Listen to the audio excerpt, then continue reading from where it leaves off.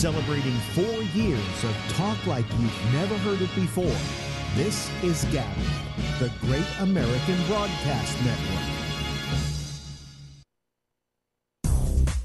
Hey everybody, this is Alex Bennett, host of the Ramble, heard here and seen here on GABNET, Tuesday through Fridays, live at 10 p.m. Eastern Time, and I got some big news for you. Our program has moved its live video from Facebook Live to YouTube Live. After extensive tests in our GABNET laboratories of at least 10 minutes, our mind was made up and we've come to the conclusion that YouTube is superior not only in video quality, but audio as well. And then there's the ease of watching it. Here's what you do. Simply point your browser to youtube.com/Bolo Bennett /live. That's youtube.com/Bolo Bennett, BOLOBENNETT /live. And you're there. The player is waiting, and you do nothing, and when the show begins, so does the player. Couldn't be simpler. In fact, tag that page as a permanent tab on your browser, and you're ready to go.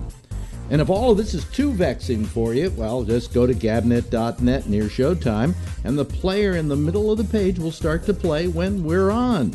We're thrilled with the new quality our move has provided, and while you're there, would you do me a favor and please subscribe to our channel? No, I beg you to. Hey, listen to me, I'm groveling, okay? I know, it's pathetic. I'm sorry, I'm debasing myself, and I really shouldn't be. Please. GABNET needs you. Yes, GABNET needs you to call our live programs and be a part of the citizen panels. It's the most innovative talk format yet, because it's not just one caller, it's a group of callers interacting with the hosts at the same time. Here's how you do it. It's simple. First, download Skype at skype.com. To install it, answer 4 simple questions: first name, last name, email address, and your choice of ID. Then launch Skype, go to Add Contacts, type in GABNET Live, and ask to be made a contact.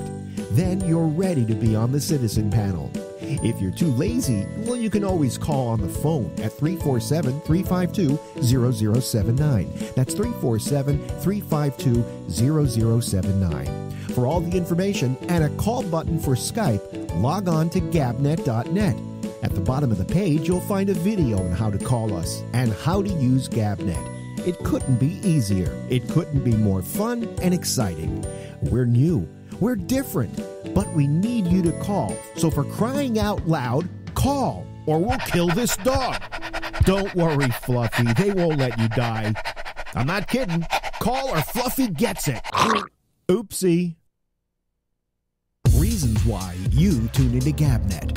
Reason number 29, the Citizen Panel. I'm saying that he could actually, a good lawyer might be able to make a case that he cannot get a fair trial anywhere in the United States because the President of the United States said, quote, he should be executed. And if you can't find a fair jury anywhere in this country because they've all been exposed to this. No, he'll never go to trial if he's treated as an enemy combatant. He's not being treated as an enemy combatant, Phil. He's basically a citizen. He has a green card. He has all the rights that a citizen of the United States has because he has a green card. Either you want to follow the Constitution of the United States or not. Go to Russia if you don't want to follow the rules. He said that he did this for ISIS. He had a note in his thing. He had phone call on his cell phone, and he says that he did it for ISIS. Therefore, okay, so Phil, if you did that, you should be able to be treated as an enemy combatant. I think so. GABNET. Reasons to listen every day. Log on to gabnet.net for more. GABNET. It's talk like you've never heard it before.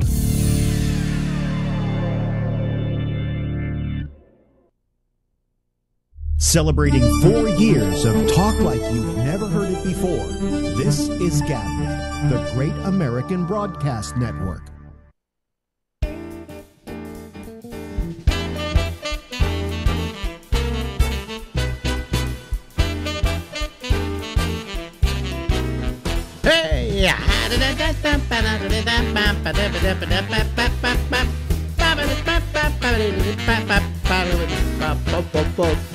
Yes, this is Alex Bennett. You're not going to see me yet because we got a pre-recorded interview coming up for about the next 25 minutes. But when we get back after that, you're going to be able to see me. You're going to be able to see the citizen panel. You're going to be able to see everybody. But meanwhile, we've got a guest, as we do every now and then, with one of our favorite comics from the West Coast. Ladies and gentlemen, every week we always call out to California, to San Francisco, to Larry Bubbles Brown. Hello, Lawrence. Hello from the left coast. Things are great out here. Yeah. And I think we might be in another drought, which I like. So. Wait a minute. It's winter. Yes. And they're going to have a drought again? It's been dry for a few weeks, so they're starting to freak out. But the more drier it gets, the more people leave. So. Do you remember the last? I was there for one of the last big droughts. I mean, there have been several since. Yeah. But do you remember them saying that number one, if it's mellow, if it's yellow, let it mellow. If it's brown, flush it down. Yeah, that was. That was to keep people from flushing their toilets. And somehow, I don't know, because of my life and the way I've lived it, I've been forced into certain things. Like, for instance, if I even touch my ass, I go in and wash my hands. Yeah.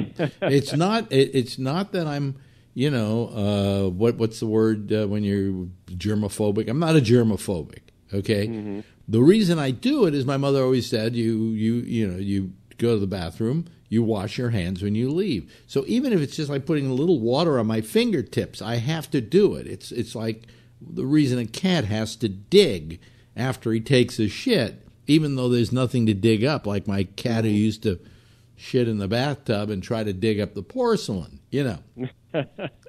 So where was I going with this? So I have these habits that I have, and where was I going with that? Do you remember?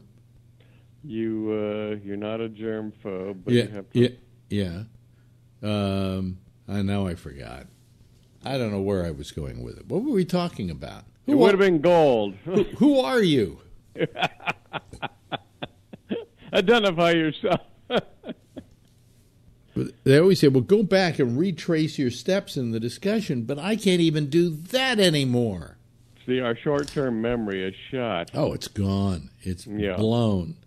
They had this ad on TV about a woman who has Alzheimer's, and they discover because she left her keys in the refrigerator. Do you remember that ad? I think I might have done that one. Because I keep worrying the day's going to come when all of a sudden I'm going to find the keys in the refrigerator and hope they're my wife's and not mine. Is that really a sign that? Well, I don't know that memory problems are a sign of Alzheimer's. Okay, there are a lot of other signs, I don't know. Don't you think, if you're going to die, wouldn't you want to die of Alzheimer's?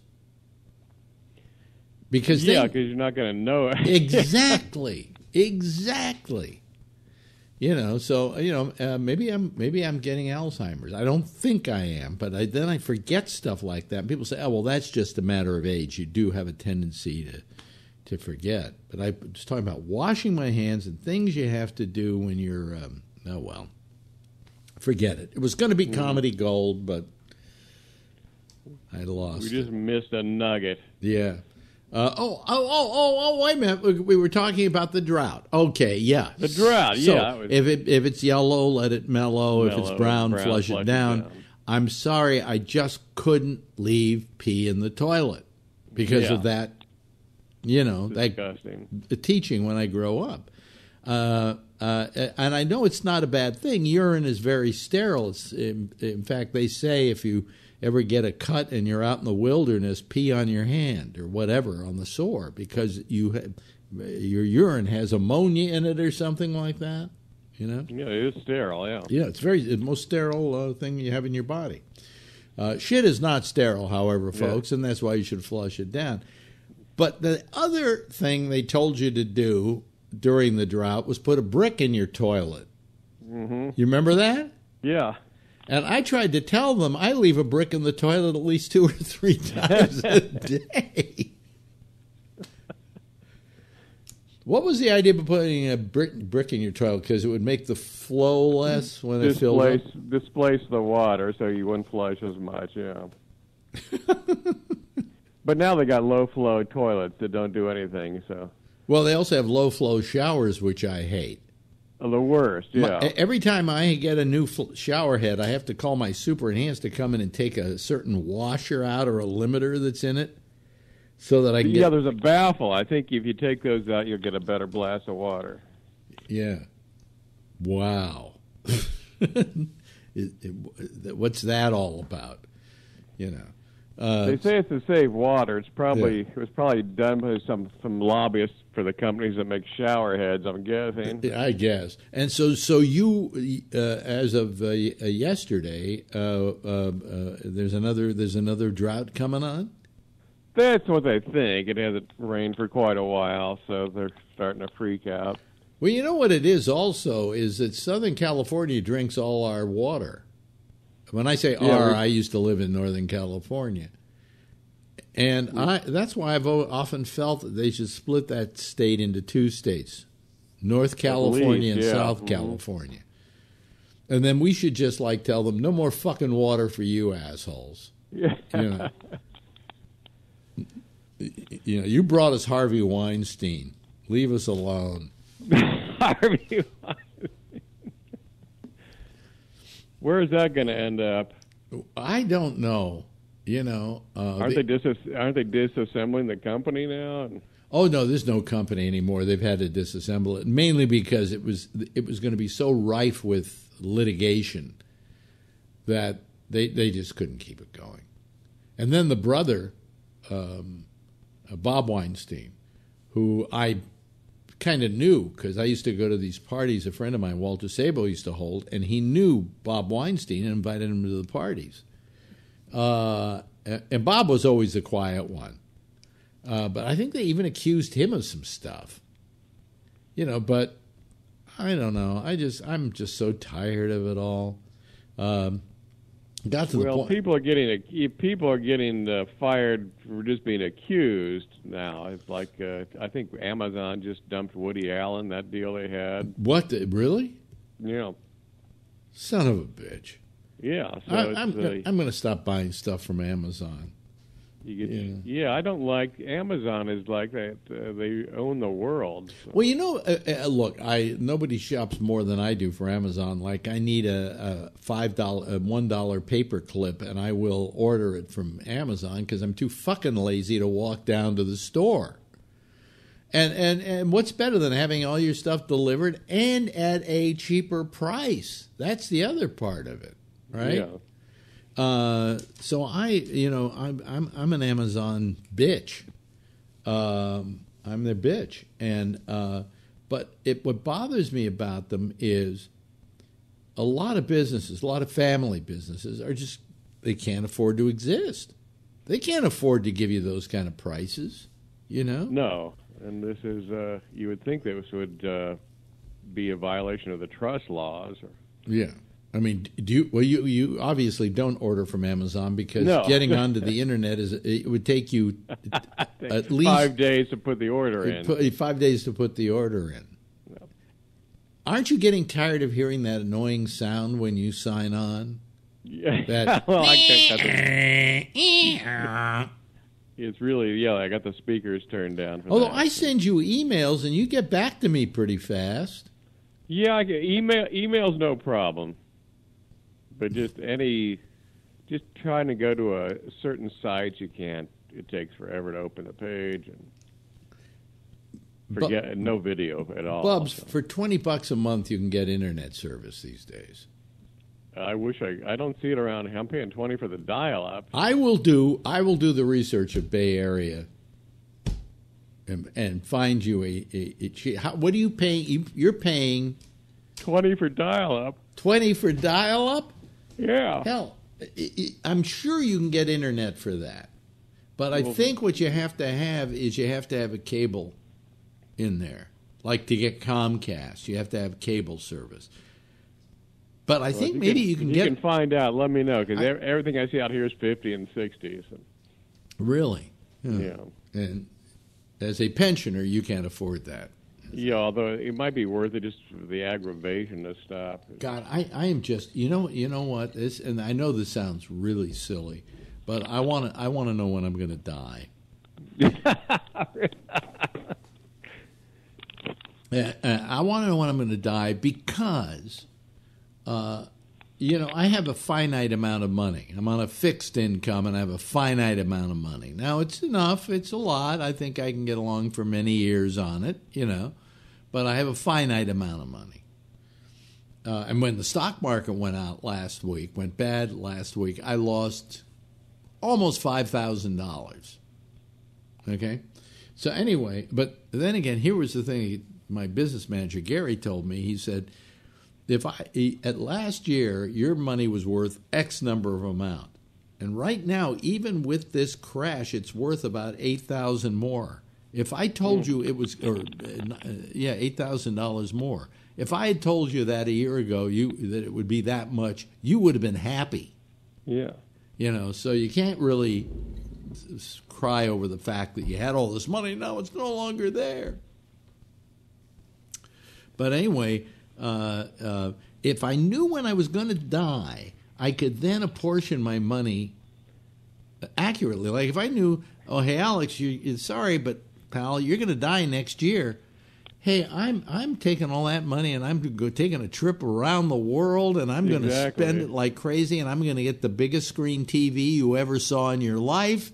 And I'm just going to go spend it. But instead, should I spend that $23 at Amazon or not? Because I don't know when I'm going to die.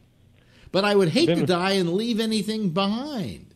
Yeah, you want to leave like a roll of nickels. That's about it. Yeah, although I do have a will, and my wife gets everything. Guess who made out the will? Let's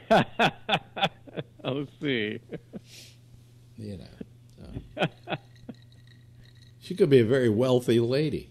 Not for my money, but she bought, sometimes you live in an apartment, all of a sudden they say, hey, we're going condo in this building. Do you want to buy your apartment? Well, you like your apartment. You go, sure, I'll buy it. Right? How much? And they say, well, there's an insider's price. And the insider's price, I think, on hers was like $125,000, $150,000. Wow. It's a small one-bedroom apartment. So she said, oh, what the fuck? And she bought it, right? And now she's almost got it paid off for because she's doubled the payment. She wanted to get it paid off within a couple of years. All of a sudden, that apartment retail value is anywhere from $400,000 to $450,000. That's great. So that's our annuity for when we get old. That's the annuity, if worse comes to worse, we sell the apartment. Well, have you ever known anyone that was older and they were like running out of money? That must be a horrifying place to be. Well, I feel that way, but I'm not running out of money yet. I would think a lot of people in show business wind up like that. Who did I see? Oh, you know who? This one will get you. I saw a thing. They were writing this thing on Patty Hearst. On the kidnapping of Patty Hearst. I just read a book about that. Yeah, well, and of course, who was her attorney when she got caught and then she had to get the least possible sentence? I think it was F. Lee Bailey. Absolutely correct. And who was O.J. Simpson's lawyer? F. Lee Bailey. Yeah. Where is F. Lee Bailey today? He got into some problem, and I heard he was almost... Was he disbarred? He was disbarred, yes. He was living up in Maine in a small office. He's living up in Maine with his girlfriend, who, I don't know what age the girlfriend is, and he is broke. He doesn't have a penny. Broke? Wow. Totally broke. Doesn't have a penny to his name. This was one of the most successful lawyers in America, ladies and gentlemen. I think he used to fly his own jet around to... He had a TV show. Remember Lie Detector? Lie Detector. Yeah, you know who worked on that show? David Feldman. David Feldman worked on that show.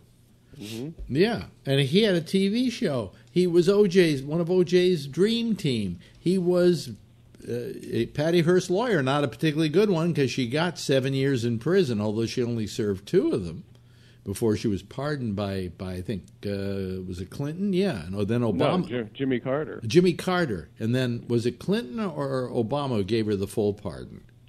I think it was Clinton. It was Clinton. Okay. Anyway, so she, but he didn't really get her off the hook. She got some jail time. So she did, and then let's see. Bailey was the famous case that made him was the going way back was the Sam Shepard case. Yes. That no one remembers but you and me. But was he involved at all in the what was the one up in Boston, the Boston Strangler? I think he might have been involved. That seems very familiar. Yeah. So anyway,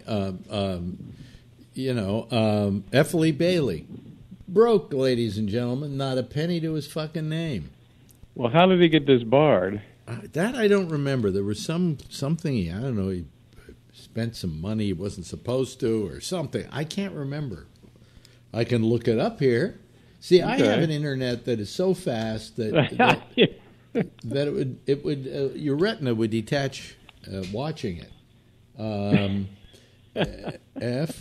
Lee. All you have to put is F. Lee, and the next thing you know, it comes up is Bailey. Okay, and now it comes up F. Lee Bailey, Wikipedia. Okay, and then his television career. Patty Hearst. O.J. Simpson. Let's see. Korean Airlines Flight 007. Paul is dead. Bailey was featured in a special in which he conducted a mock trial examining various expert witnesses on the subject of Paul is dead rumor.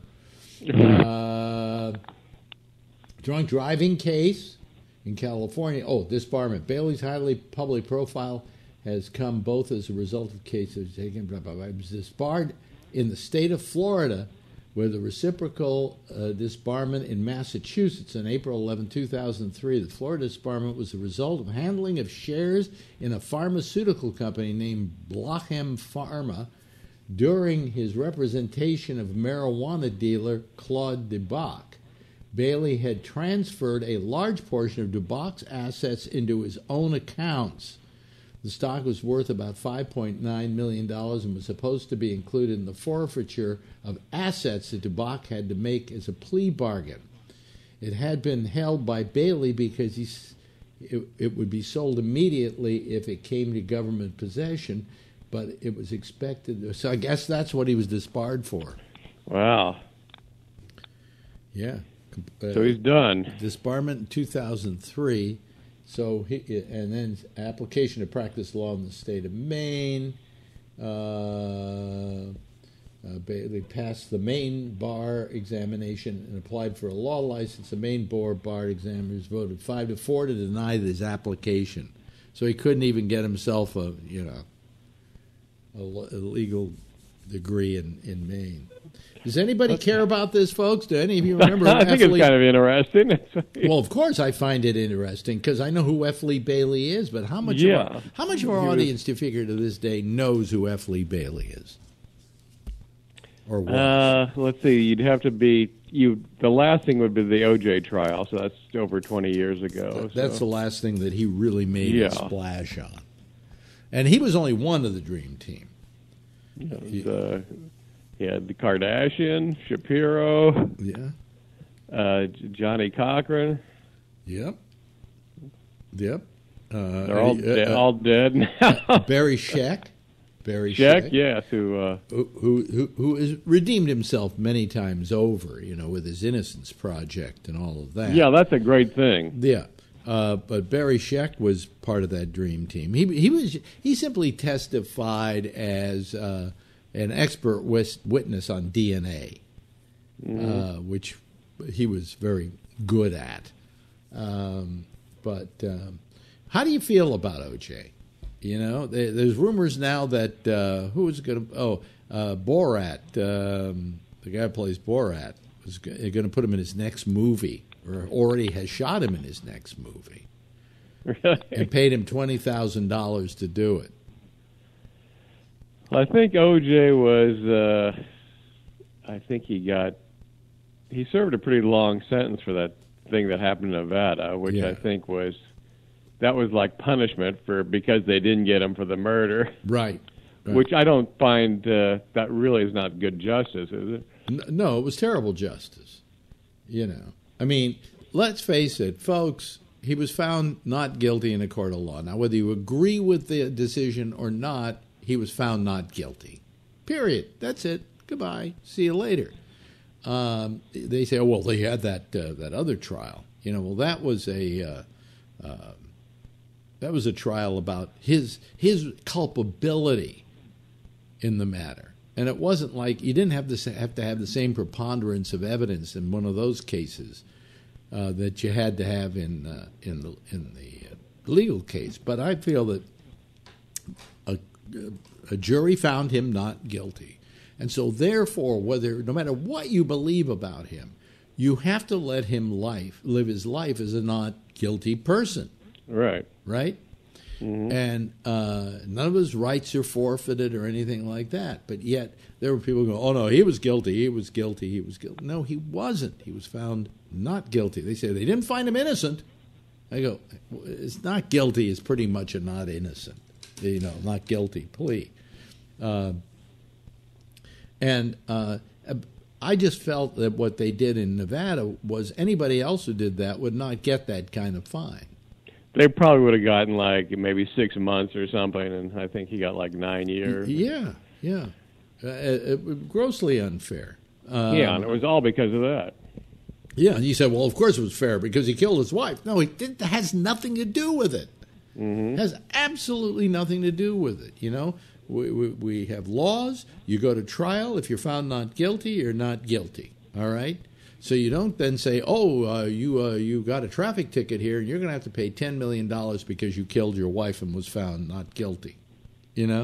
I found that really terrible. But anyway, so now he's going to make $20,000, right, for doing the movie with Sacha Baron Cohen.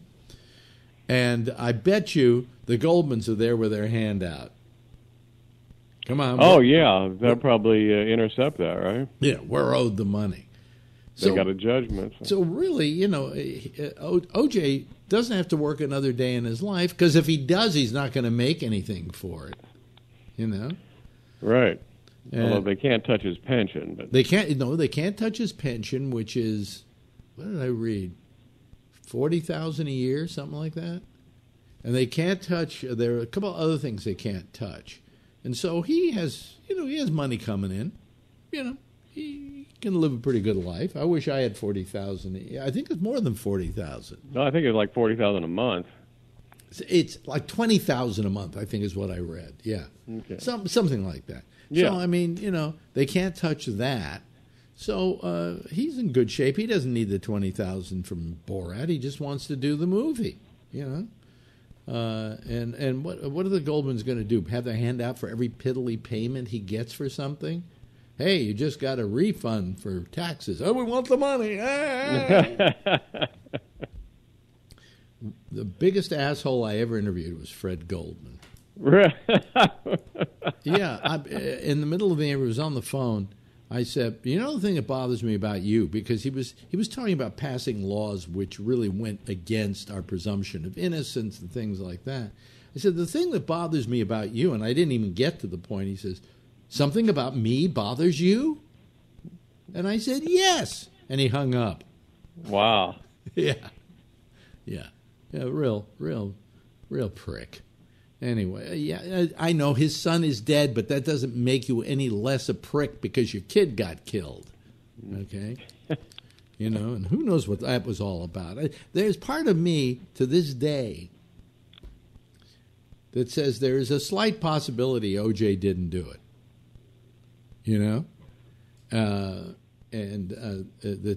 Because it could have been a drug deal gone bad. Who knows? There are a lot of other possibilities, but we don't look at those. We want to say, oh, it's O.J. who did it, right? Mm-hmm. Why did he run? Well, who knows why he ran. That doesn't make you guilty either. Anyway, hey, listen, another wonderful 25 minutes, it goes by without me even having to spend time wondering how much time we're spending. I just looked down at the clock, and it says 24:50 and counting down towards 25, okay? Oh, and that's it for Larry Bubbles Brown. We'll see you next time, Larry. Sounds good, buddy. Larry Bubbles Brown. This is GabNet, the Great American Broadcast Network. Talk like you've never heard it before. And here we are, ladies and gentlemen, and that was Larry Bubbles Brown. And I love Larry because I could talk for a half hour, which I do on many an occasion, and I can talk for a half hour and keep you entertained. But I could also spend that half hour talking to you, but via someone else who I'm bouncing stuff off of, and there's nobody better than Larry. I just really love Larry. And by the way, if you want to see Larry, he and Will Durst are in a film that is on Amazon Prime right now called Three Still Standing. The other one happens to be Johnny Steele, a guy I don't particularly care for, but 2 out of the 3 people are people I deeply adore and respect, and you might want to see it. Hey, listen, the lines are open. Let me clear a few things here, though, first. Oh, there. He wants to be accepted. Okay, we'll do that. Douglas Green, if you're out there, you have just been accepted, which is a wonderful thing, isn't it? I'm just clearing out the flotsam and the jetsam from my previous shows here of all the callers. There we go. And Douglas Green, in fact, is online, so I hope he decides to call the program tonight. But now it's your turn to call this show. See, it says on the air up there, okay? We take that seriously. And you should, too. And all you got to do is give me a call, and we'll talk to you about what's going on in the world. If you don't know how to do that, go over to gabnet.net. You won't even miss any part of the show if you're watching it because the video's running over there too, but gabnet.net. And on the right-hand side, there's a whole tutorial on how to get on Skype and how to get it and where to get it and how to set it up and all of that. And it's very simple and it's no big deal. And then you can be calling us and talking to us just like a lot of other people do. But anyway, it's time now for people to call, and I sit here ad-libbing for a couple of minutes waiting for people to call because a lot of them don't know it's time to call since the show runs about 30 seconds, maybe 45 seconds behind. So when I start saying, hey, the lines are open, and nobody hears that for about 45 seconds, and then they got to go to their computer and set it up and so on. So I am now waiting for people to call this program. This is a thing we do where we have a thing called a citizen panel. That's not just one person, but there's somewhere's up to like 9 or 10 other people. Here comes one of them now. You'll see how easy it is. Here's a guy who is old enough to not be able to do this, but he does it anyway, and his name is Jeff Stein, and I see that also Phil Meyer is coming online, so there we have like 2 portions of a citizen panel. This is not a royal flush, is it? This is a... could we have a name for this, Phil? Can you come up with a card term for just 2 people calling? A deuce. Yeah. It's a deuce. A pair. A pair. It's something like that. Anyway, so how are you all doing tonight? Good. Yeah. I'm finally back home. Now, where were you? You were in Florida, right? I was in Florida for a week. Yeah. And then I spent almost, I would say, half a week in Massachusetts. Oh, okay. So you've been traveling around. Yeah. Yeah.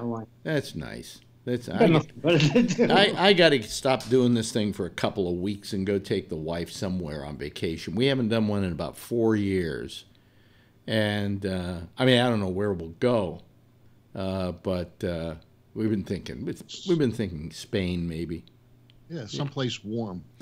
Someplace warm. It's not warm. It doesn't matter to me whether it's warm or it's cold. What matters is that the food is terrific. You know, you go places where the food is terrific. You go to Spain, the food is terrific. You go to Italy, the food is terrific. You go to England, not so much. You know, they go to Argentina, the food is good. Really? Yeah. Same kind of thing. Yeah. I think I have never been to South America. You never? No. The closest I've been to South America is we went to Belize. I guess that is South America. Actually, that's not really. Central America. Huh? Yeah. It's Central America. I dated a Brazilian, but that's as close as I got. You mean she had all her hair removed from her crotch? Yeah. Brazilian, you get it, folks? This one was wild. That was the joke. Yeah. She was wild. Was she? Really? How long ago was that? 2003. No, really? Oh. Yeah. You know, she spoke French. She was in a circus in Europe. She was a pretty neat person. Yeah. Okay. Well, anyway, everybody else start calling as well. Let me ask you a question. Has this ever happened to you? Of course it's happened to you. You go to the pharmacy, and there's some idiot behind the counter, and they go to look for your drugs, and you ever notice how they're like packages and packages and packages and do you go to places like that where they've got like this shelf with packages and they got to go find them? No, the pharmacy that I go to, they enter a number, and all of a sudden there's like a conveyor belt of stuff, and it just a little box shows up. Really? Well, in mine, this is like CVS, and they've just got like this. It's like a rack of drugs, okay, and it's all everybody's prescriptions in packaged up and everything, and waiting for them, and then they have to go find them, and they're in there. You have a question at a CVS, and you ask the pharmacist. They ignore you. I thought it was just me, but obviously it's you too. Well, all I know is this girl couldn't find my drugs, and they had just been placed in there within hours. I mean, there was one that was yesterday, that was filled yesterday, and that one she found immediately. The other one, I can't find it. I don't know where it is. I mean, it was right in front of her somewhere, but and I must have waited 10, 15 minutes for her to potchkey around and find the fucking drugs. She had a break coming. See, they have a break coming. I have a feeling she was new to the job. Yeah. And she hadn't done the job before. And so that's why I had to go through all of this. And I was kind of wanting to get my drugs because after the first of the month, I can't use that drugstore anymore because I'm on a new health plan, okay? And so I wanted her to finish looking for it before the first of the month so I could get my drugs. It was ridiculous, So anyway, that was my big day. That was my excitement for the day. And then yesterday it was beautiful. It was gorgeous here in New York. It was just breathtakingly. What did you say? Huh? He's talking to somebody. He's talking to somebody else. Oh, okay. Oh, you're on now. Wait. Is that an intercom you have? No. Is that an intercom you have, Jeff? No. Oh, okay. It's just my wife came by. Oh, she came by. I see. Because you're kind of like you're choppy, a little choppy tonight for some reason. Well, I didn't put the earplugs and stuff on. I don't know why. Yeah, but it's not the earplugs. It's like your picture is a little. You get a little really? frozen every now and then. Yeah. Sometimes that happens. What can I say? Somebody watching Netflix while you're in here. We've had people that were sharing their bandwidth with other people in the house. Yeah. Remember, Dave Shuck was always having an issue. Yeah, he had kids who played video games or something or watched Netflix, and so he didn't get a completely good picture going. Yeah. Here comes Patrick. What in back of you? You've got a Bob Rubin picture, a poster or something. Yes, that's the one from his thing. From what thing?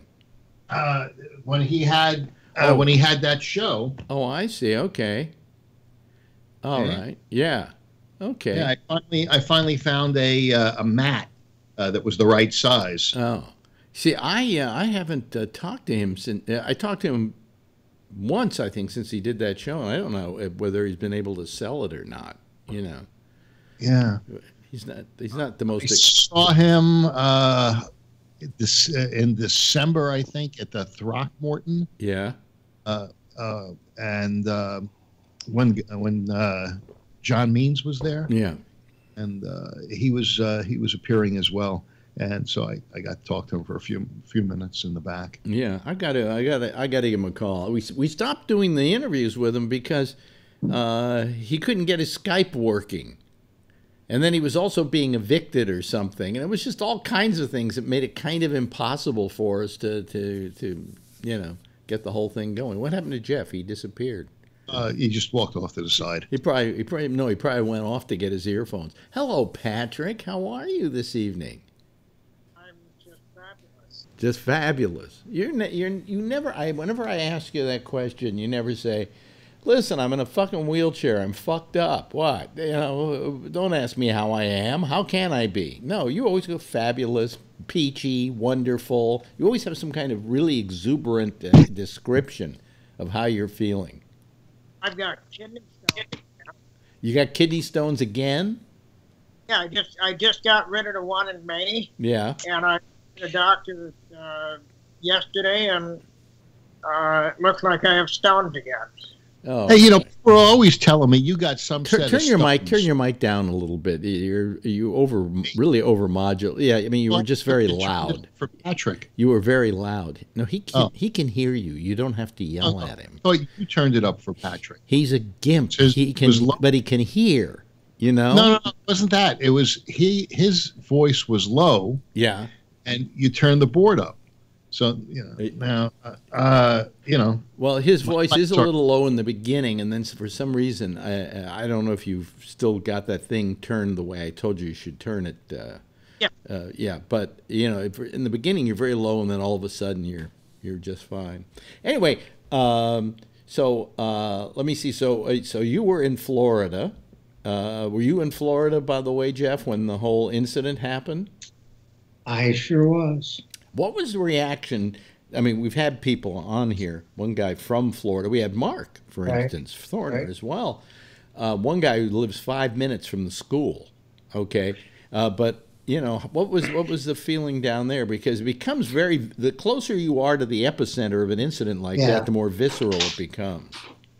Well, we were on the other side of the lake, so to speak. Yeah. Instead of being on the East Coast, we were on the west side of Florida, and in Tampa area. Yeah. I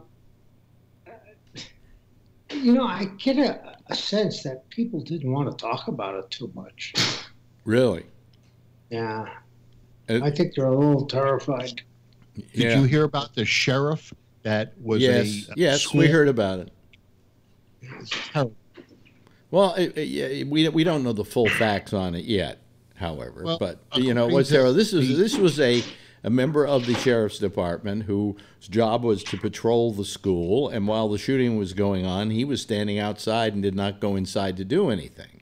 And he was armed. And their protocol was if the shooting starts, you go in, you don't wait for SWAT, you don't do anything, you just go in and you engage. Yeah.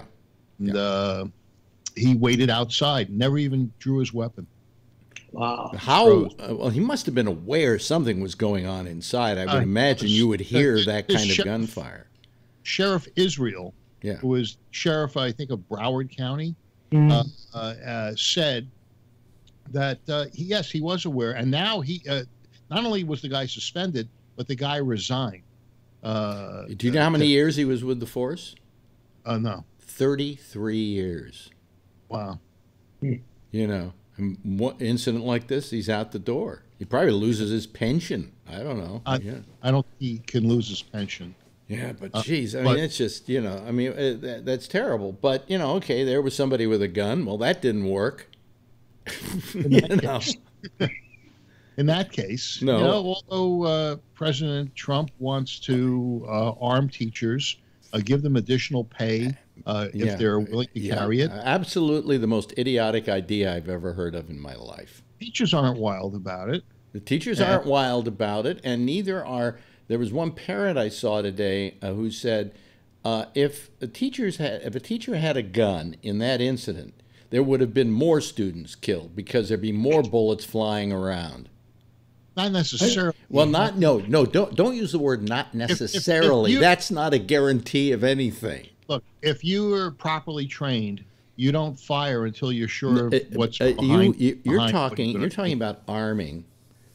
What is it? So they say 3,600 teachers in this country. If you only do like 20% of them, okay, and you have to train all those and expect that every one of them are going to take that training seriously. Well, he was talking about training ex-Marines. Wait, hold on a second. Kevin's got to turn his thing off here. I'm getting there, sorry. Yeah, he's getting there.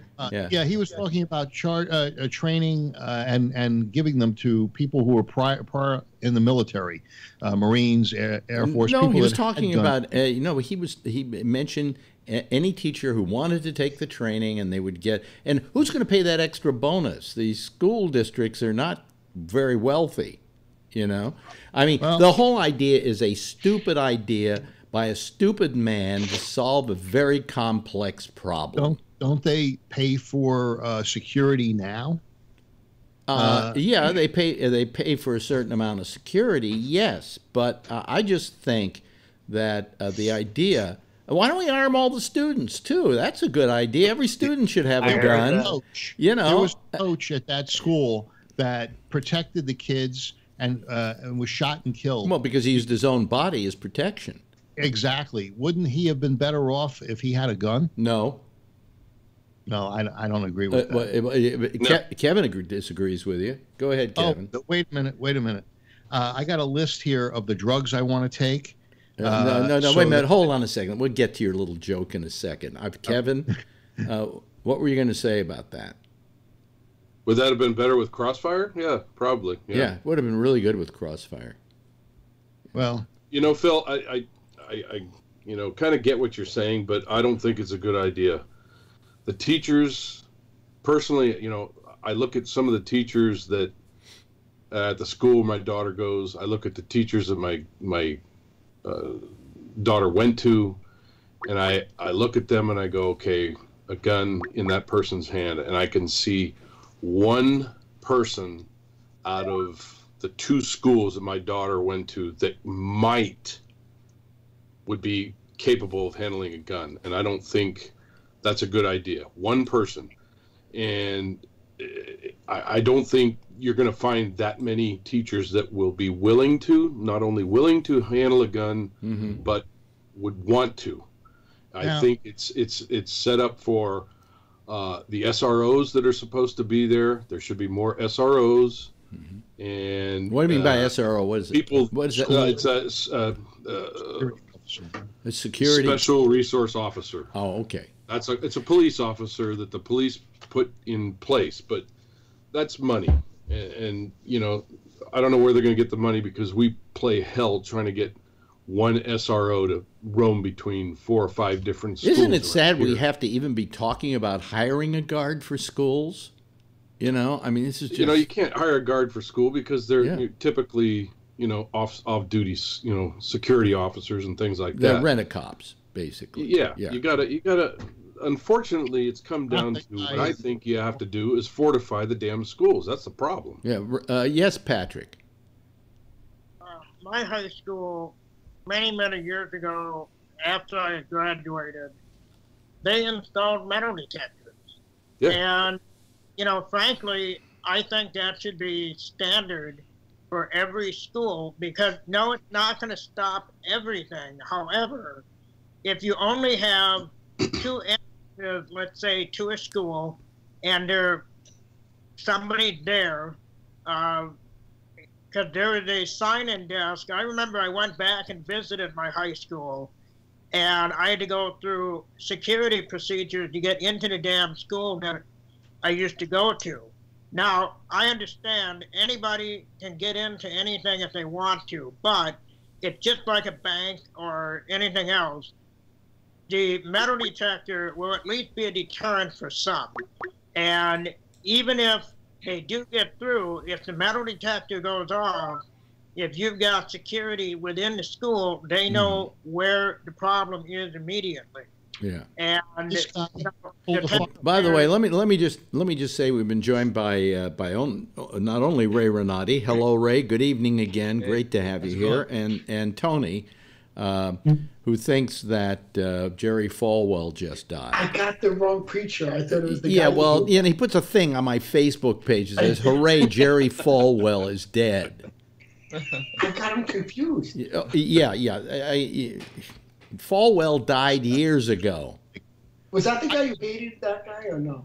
I hate all those preachers. I hate all those assholes who try and fleece their flock. Oh, Alex is going to be happy he's dead. Yeah, I think the terrible part about Billy Graham is he lived too long. Yeah, Alex, I saw old pictures. He looked crazy. Like he was really into it. Like he wasn't. He counseled 12 presidents. Really? And look where we are today. So, Oh, Alex, you're happy he's dead. So, I understand, Kevin, what you're saying. That but I also look at, let's say, airline pilots.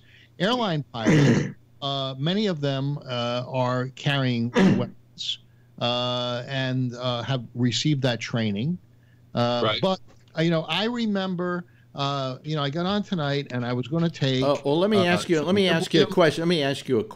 Forget your list of drugs, okay? And it's the guns. It's the guns. No. Wait a minute. Hold on a second. You talk about pilots carry the guns with them. How many pilots have had to use that gun to stop an incident? I don't know. Zero. Zero. Maybe that kids wouldn't come onto the campuses if they knew they got some resistance. But listen, if a kid has a death wish, he doesn't give a shit, and if the guard is at the front door, he shoots him first. He's not going to get any resistance. They're all bragging about gun-free All I'm saying zones. I say we let every student have a gun. That way, nobody will try to start up. And when they do, well, okay, so we lose a couple of hundred. Yes.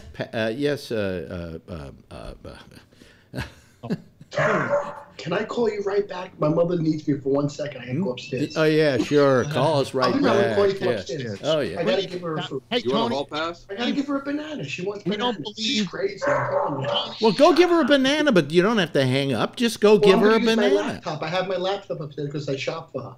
Hey, you want a hall pass? Okay. Okay. Just hang up. Tony doesn't have a mother. He's lying. Give him a hall pass. All he wants to do is take a pee, but he's blaming it on his mother. He's blaming it on his mother, exactly.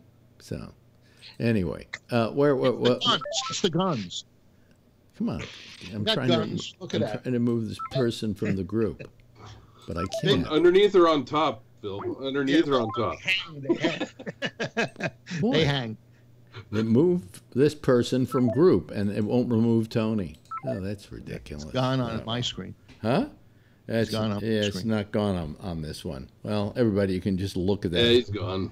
Yeah, but it's not, for some reason, it didn't disappear here. So, everybody, just ignore the guy who wants cookies over on the side of the page. Call failed. Okay, maybe now I can remove him from the group. There we go. Okay. Technology, ain't it wonderful?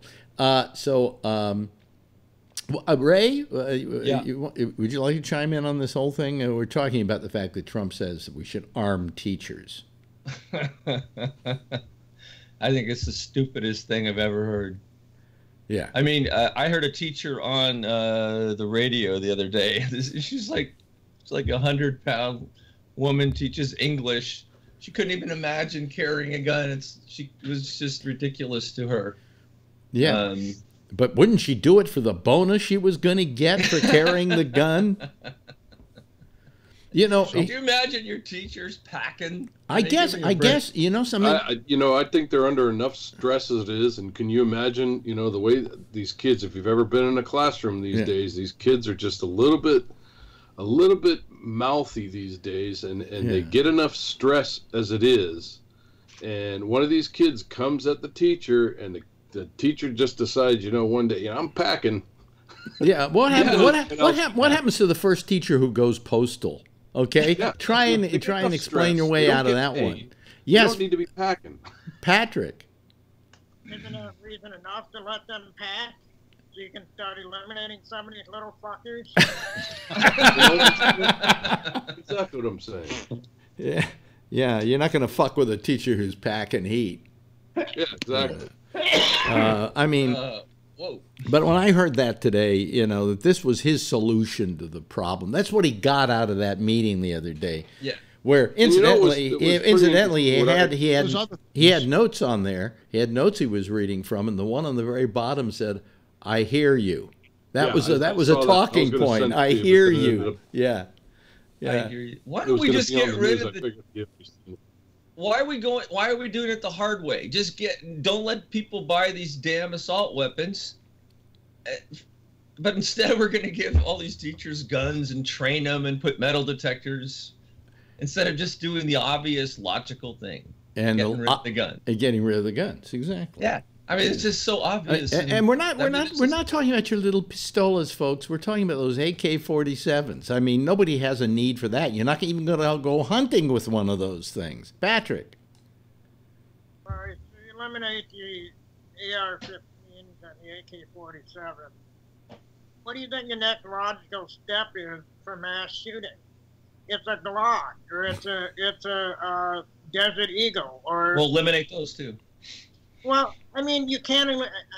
I don't believe in eliminating any of it. I think it's a matter of enforcing the gun laws. It's a matter of beefing up the background checks. I mean, I myself, personally, I want an AR-15. Why? Because I fucking want one. I like the way it looks. I think it's a cool weapon, and I would go shooting with it, and it's not illegal to have one. However, do I need it today? No. I would be willing to, if I'm going to buy it, wait, if they say 20 days or 30 days, whatever it is, that's fine. It doesn't matter to me because I'm not out there gunning for somebody. It's a matter of, it's a collector's item for me. I mean, if you want a collector's item, you can have a collector's item that's been made so it can't shoot. Well, I can pull the firing pin if you want, but the point is, if you extend the background checks and that, you're going to eliminate a lot of this stuff. But didn't we talk? Let me ask you. Children are being killed, people. Yeah. Children are being killed. I have a high school son. He's not going to school. He's afraid to go to school. Really? What the hell? Yeah. This is ridiculous. Children are being shot in schools with these guns. Oh, but we have to have. You know, the one place I said this the other night. The one place that you felt you could leave your kid off where he was going to be safe all day was the school, and now that's not in the cards. I think you know what you're saying, Ray, is very relevant here because you're a parent and you fear this. Yes. The point is that before we have talked about background checks, and we have said, "Oh, we're going to do background checks." We've talked about this whole discussion has gone on before, and yet when we finally did something, none of those things fell into place in any meaningful way. So that's the problem. Because there's no consistency in the background checks. Yeah. There's no consistency in how you buy a gun. This is good. I get what Patrick is saying, and I get what you're saying. I've got a kid too, and I understand what both. Well, you broke my heart the other night when you said you have a daughter who goes to school and you're afraid to send her to school. I've got the same fear that Ray has. I've got the exact same fear. I don't know what the answer is. We're not going to get rid of the guns. There's no way. It's the people with the finger on the trigger. That's what's causing the whole thing. One second, Phil. The one kid said that really hit me hard in that room with Trumpy Boy was that kid that was 15 years old said, I don't know what I'm 15 years old and I don't know what it's like to not go to school without violence. That hit me hard. Yeah. Because when I went to school, I didn't have to worry about it. I worried about getting in a fight. This kid had to worry about guns. And he was born into this shit. Well, the only thing I had to worry about when I was going to school in the area of violence was the kid who would say to you, wait till after school, I'm going to beat you up. Exactly. And I'd get into it, we're going to meet you at the garbage cans. We're going to take you out, we're going to fight. So I wouldn't go by the garbage cans. I'd go the other way and go home as fast as I could. Now I got to worry about my kid, and she's not even in high school yet. Yeah. Hey, Trump has been saying that he wants to do extreme vetting on immigrants.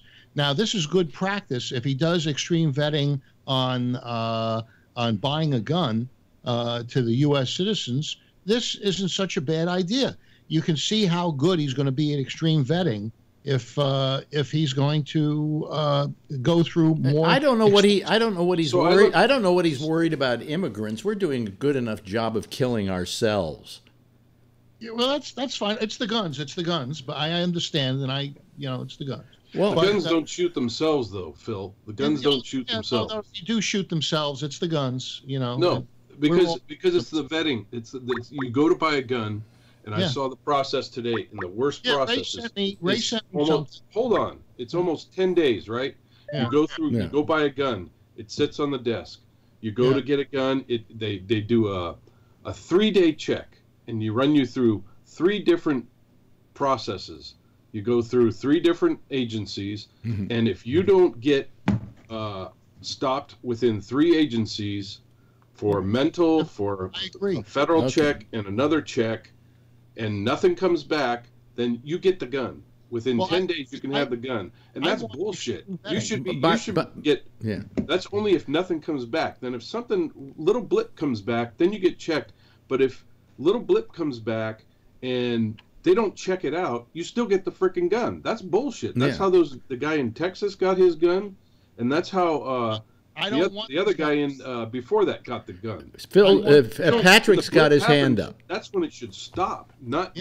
Patrick's got his hand up.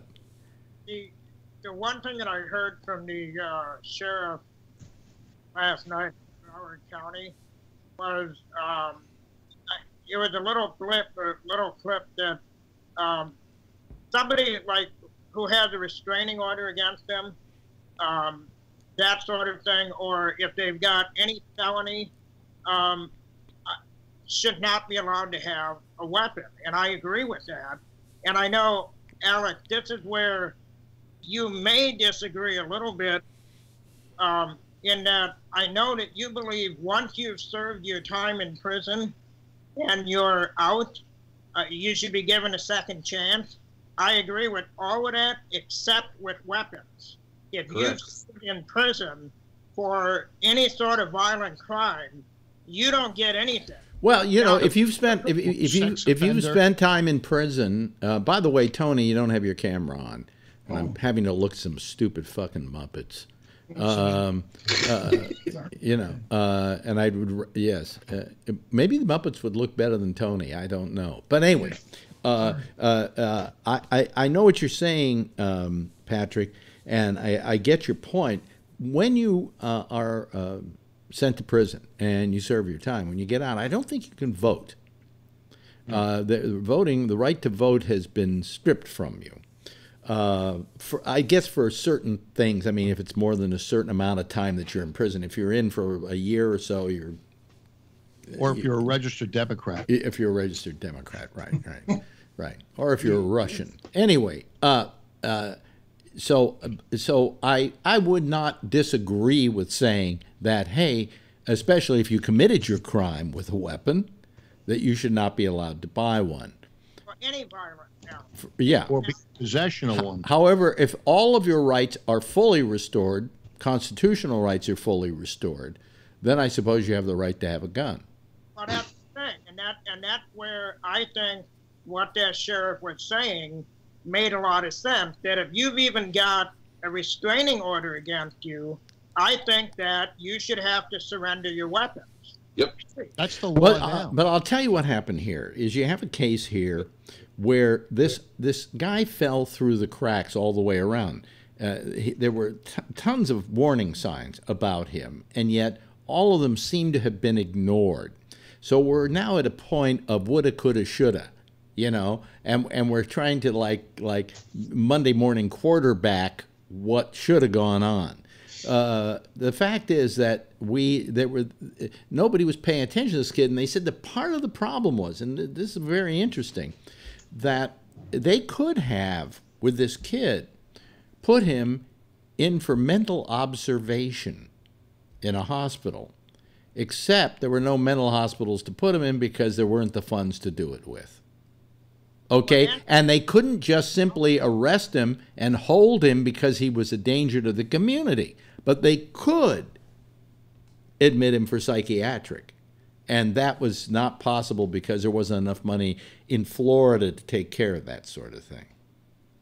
I can't believe Or that. the age to buy an assault rifle could have been 21 years, a long time ago. Well, so what if it's 21 years? I mean, I used to say about drinking, why do you have to wait to be 21 to drink? It's bad for you at any age. Yeah, you know, I mean, if you're 14, you may as well drink because just as bad as if you go out and get drunk at 21. Yeah, I agree, but shooters you wouldn't have bought it. 21. What? In all these years, how many of those school shooters were over 21? None of them.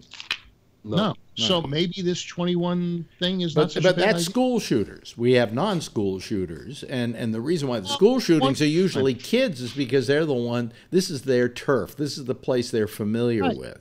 You know, it's not going to stop them. It's just like, you know, you go down the store and you get somebody to buy you a beer. I mean, it's not going to stop them, but it's the deterrent. And I believe the kid who killed and Jeff could tell us about this in Connecticut I don't know if he was under 21.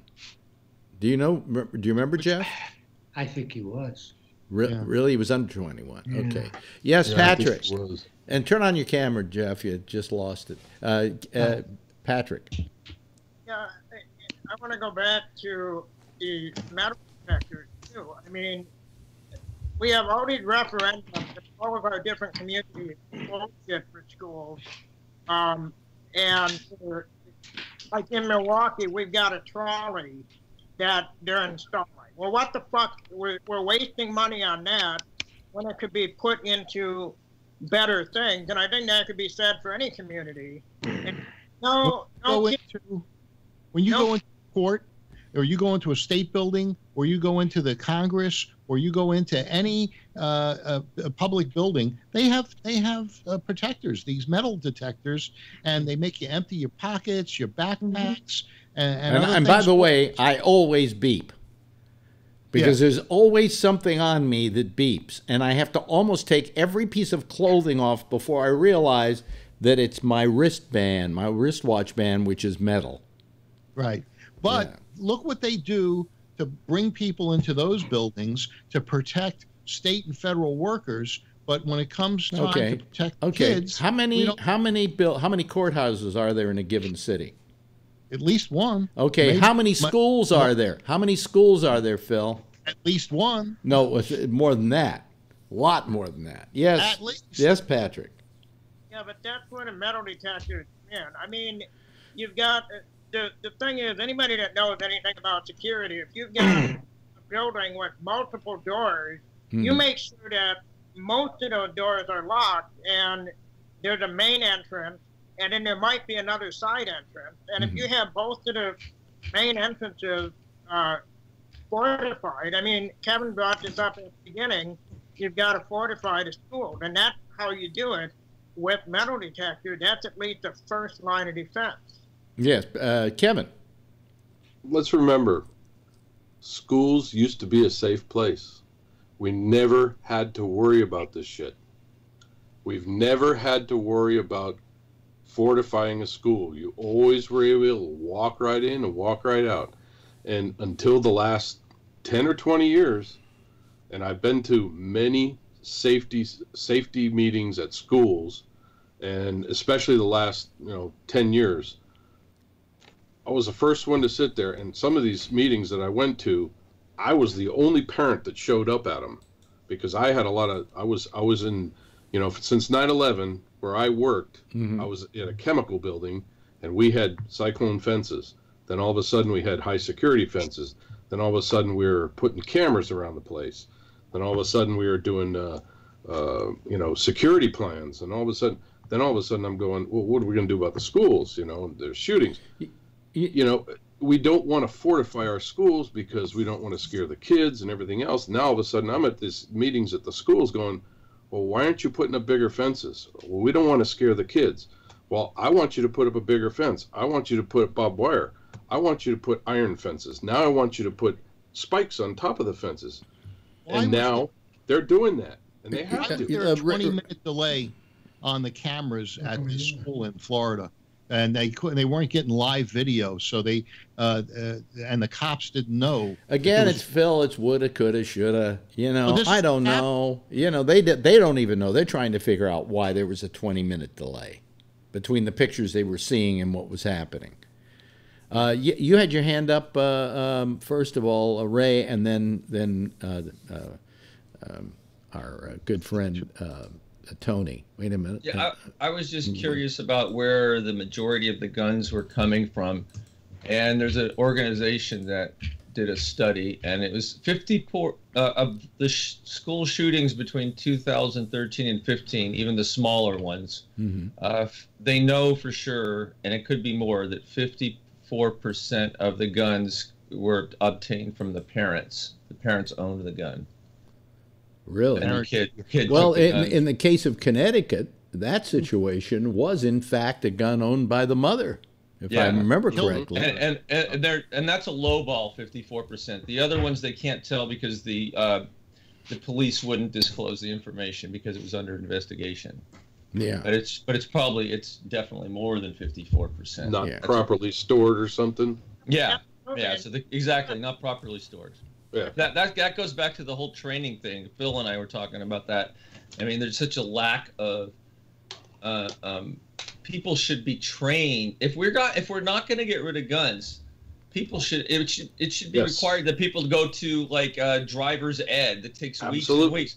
I did that. I used to have guns. I used to hunt all the time with my dad or my grandfather, and I went to I went to school for like 3 months to learn how to use guns. Yeah. I had respect. The guns were locked up. The ammunition was locked up. Yep. 2 different places. No one was going to get hurt.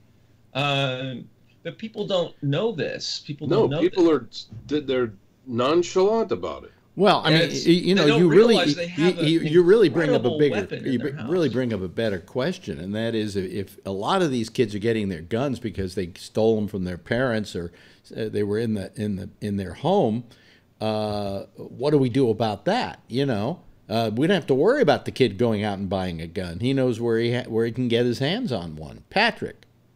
Well, you start prosecuting the parents. I mean, that's negligent parenting. I mean, when I was a kid, even with that idiotic biological sperm donor piece of shit of a father that I had, everything was locked up. And I went through hunter safety and all of that. But the point is, all of the weapons that were in the house, as negligent as he was with everything else, fucking weapons were locked in a cabinet. You couldn't get to them, period. Yeah. That was the end of the story. And as Ray said, the ammunition was stored in a separate place where I couldn't get to it. If I could get to the weapon, I couldn't have gotten to the ammunition. Well, I mean, this kid, when he went to live with these foster parents, right, brought the AK-47 or whatever it was that he had with him. And they decided that they weren't going to say, hey, I mean, you and I would have just said, you're not bringing that in here, right?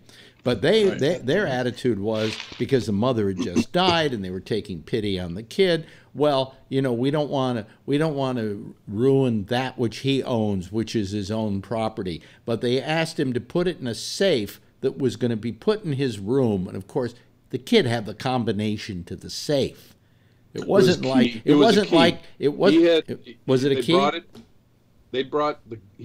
guns. Yeah. I saw him on a different show. He brought the guns. They made him buy a safe. He bought the safe, and then he had 2 keys apparently. He kept one, and he gave the other one to the mother and the father, thinking that there was only 1 key. And he had 10 guns. He had 10 guns. Oh, God. Yeah. This story just gets worse and worse and worse and worse. Yeah. Yes, Tony. Good news? All right, Tony. You know what I don't understand about the whole thing, too, with the school? What if I was a student in the school, how was he able to walk right through the front door? Shouldn't that school just be locked then? He walked out the side door. It was the front, I thought. It was in the side doors. Shouldn't all the doors just be on lockdown, where they just lock them once they're in? I thought he pulled the fire alarm and they started coming out and he started mowing them down. Yeah. Oh, is that how? Was he inside already before he pulled it? Yeah. I think he was inside. Oh, okay. That explains that then. He used to go to the school, so he knew how to, he knew how the system was rigged, and he knew what to do to make everyone go to where he needed him to be to shoot him. Patrick? Because he knew what they did during the fire alarms. Patrick? Towards the end of the day, too. Yeah. Patrick? Yeah, I have a friend of mine who is a school teacher, and it was sometime last week, the fire alarms went off, and people were going out into the hallways, and she overheard another teacher say, "I don't know that I want to go out in the hallway and be shot," because of the way that whole thing happened in Florida. Mm-hmm. So now that in the psyche of some of the teachers and the students as well, because they're pulling the fire alarm, then it turns out nobody pulled the alarm. It was some malfunction that happened, but it's another thing like that. And you put metal detectors at the doors. You've at least got some deterrent or some way of notifying people that somebody beeps. There's a problem. I mean, then they're not going to be able to pull the fire alarm if they're stopped right. They have those at inner city schools in New York, like in the South Bronx and so forth, Brooklyn. Those schools have metal detectors. Have they deterred these school shootings? I wonder if they have. Well, it's interesting that in New York City, which is everybody used to think of as a very violent city, I don't know. Have we had any school shootings here? No. One of the guys in the room in Trumpy's little listening session the other day had from D.C. And D.C.'s not it's not the funnest place to be in one of those high schools there. He said he had metal detectors in his high school, and he said that at least they know that once everybody's behind the metal detectors and in the hallways, they feel a little safer knowing that everybody at least has plastic in there. Yeah. And they know that when the alarm goes off, that there's no metal running around in there, and they can feel a little safer back there once everybody's gotten inside the hallways, and they feel a little safer that there's no knives and there's no guns, and if something goes off, they can feel a little bit better that at least they know that, whatever's going on inside the rooms and inside the hallways. Yeah, well, I had I just brought this up, and it suddenly hit me. I can't remember a major school shooting. No, neither could I. In New York, in New York City, and this is a city where we are very strong on no guns. There's still a thing called the Sullivan Law, which if you just have a gun and you're caught with it in the commission of a crime, you go away for at least a year, 2 years as a minimum sentence just for having the gun. So maybe New York has the answer, and we haven't even started looking at New York. You would think this was where schools would be getting shot up all the time. It's crazy, though. I have a friend in New York who had a home invasion, and he had a bodyguard, and the bodyguard wasn't there, but his gun was. Yeah. And he thwarted the home invasion. It was all on video. He showed the video to the cops, and they arrested him because the gun was not in his name, even though he didn't do anything to bring this home invasion on except be very wealthy. No, but he did something wrong to get arrested. Yes, because he took the gun that was there, that belonged, that was registered to the bodyguard, and used it to thwart the home invasion, and and that was his crime. Again, another what it could have, another you know. No, and the NRA actually defended him. Well, of course, the NRA would defend him. The NRA would defend a turd coming out of someone's ass if it looked like a gun. Yes, Patrick. Long gun? Long gun, yeah. Patrick. The only shootings we've had in Milwaukee that come close to a mass shooting are what is all that noise? Hold on a second. Who's making all that noise? Okay, there was somebody making some kind of scratching noise here. Yeah, go ahead. Yeah. We had the Sikh temple shooting back in 2012. Yeah. Where there was a guy that came in and he assumed that the Sikh temple was mosque, and he thought he was killing Muslims, and that's the extent that we've had, because the majority of the schools in the Milwaukee area and the suburbs surrounding, we've all got metal detectors. And I remember back in the 90s when that stuff was getting put in, everybody felt that it was, now we're turning into an inner city type of thing. Yeah. Well, God damn it, you eliminate, like you said, New York, there's no mass shootings in school. There haven't been in Milwaukee. Yeah. I mean, it can't Now, happen. let's ask another question. How come a lot of these shootings take place in Florida? I mean, we had the nightclub shooting. I mean, we're talking about the mass shootings. The nightclub shooting. We had this shooting. I think there have been a couple of other incidences in Florida. Why is Florida more prone than New York? You would think New York, we'd be, just shooting each other up in front of schools all the time. It's the heat. You think it's the heat? I think it's the gun laws. Yeah. I think it's the gun laws.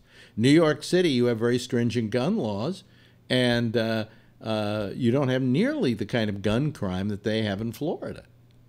I think there's only a 3-day hold in Florida, and they're pretty laxed about it, from what I've read. Yeah. What is it about? There's a larger question to be asked here, because a girlfriend said to me tonight. She says, "Boy, I hate living in these times. It's just getting terrible. What is it about us that has gotten this bad?" In other words, this wasn't happening when I was in school. This wasn't happening when when all of you were in school. There's so much divisiveness, and it's been this way for about 20 years. And this has nothing to do with divisiveness. This has to do with morality. This has to do with people shooting guns, Phil. It's not about the divisiveness in the country. I disagree, Alex. I think Phil is on to something there where you look at politics and you look at how fucking vitriolic it is between Democrats, Republicans, and even within the parties. It's people in general. Yes, I think, yes. I don't think it has to do specifically with guns.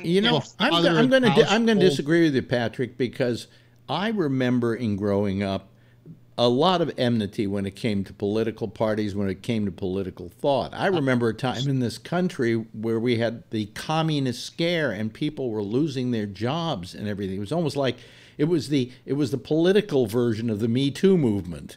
It was like every other day they were finding, you were a member of the Communist Party, now you can never work again. I saw that kind of divisiveness back then. I saw it really horribly bad back then. It was among elites, though. It wasn't among the masses like it is now. Well, it's only because we have mass communication. Right. Then you only had radio and you had some television, and that was it. Now you've got the internet, where any idiot can do can lose somebody their life's profession by simply tweeting. Well, you may be on or become president by simply tweeting. Well, you may be onto something there. On a nicer note, you know, the fact that I wasn't here last night. That was a nicer note. Yeah. You have to admit. I have to admit that. First place journalism. Huh? I took first place journalism with this shot. With your through the leg shot, huh? Yeah. Well, nice. Oh, okay. Yeah. Well, congratulations. Great. And that means it's the second month in a row I took first place. That's because you're the one of only 2 guys showing up to these club meetings. No, there's about 40 Altacacas there, and they've been having they've been the cock of the walk, and so now here I am, the new guy. And what do you get for this? Do they give you money? Do you get a job at a newspaper as a photographer? I get criticism. Great. Well, you can come here for that, and you get that. You don't have to travel for that. You don't need a camera. They have professional judges, photo judges. Each time there's a different judge. So each one's looking for different things, and they, say, what they like, what they don't like, how you can improve. And, so far I haven't gotten any criticism, but give me time. Yeah. So how long ago did you take that picture? I took it a couple of years ago. Oh, so really what you get to do is take the best pictures out of maybe several thousand that you've taken over the last 20 years. But you submit them for different categories. Yeah. Color prints, journalism, a number of other categories. They have projected prints. But so anyway, I use that one. And somebody, Forbin wrote a thing here. He says, subtext of Bowling for Columbine was that America is living in a fear culture, and the news media is basically fire stories about danger around every corner. I do agree with that to this extent. That's just what I said. Well, no, you were saying that the divisiveness was causing it. What he's saying, and I tend to agree with, is that the trouble with the media is they gin up everything, and so people feel they're living in a more fearful world than they actually live in. I mean, how many people living in small towns in the United States were afraid ISIS was going to attack them because they watched, CNN and Fox and MSNBC, when there was no realism to that. But all I know is we're living in a time where we shouldn't even have to be talking about this. I mean, what is so different about today outside of the mass media? Now, maybe we have to think about social media and things like that as the trigger point on this.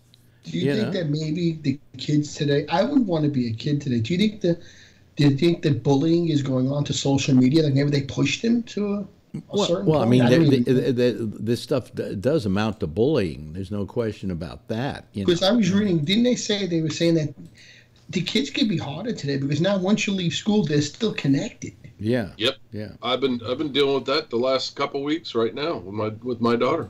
Really? Oh, really? Information overload. Yeah, I deal with it all the time too. Wow. Technology. I never thought technology would be this great, but it also could be dangerous because these kids can sit home and Google how to make a bomb. Very powerful. Yeah.